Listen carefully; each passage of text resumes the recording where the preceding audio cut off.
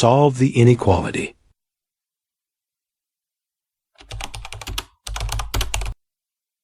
Write the inequality without absolute values by squaring both sides.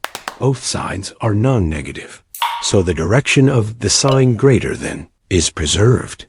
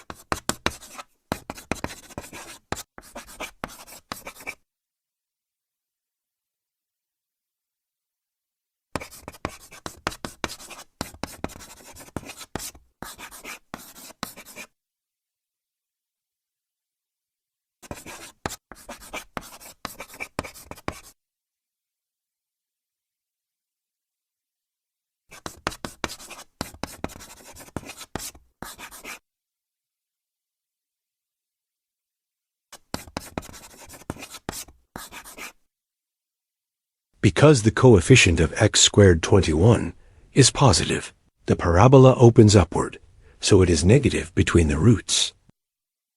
And there you have it.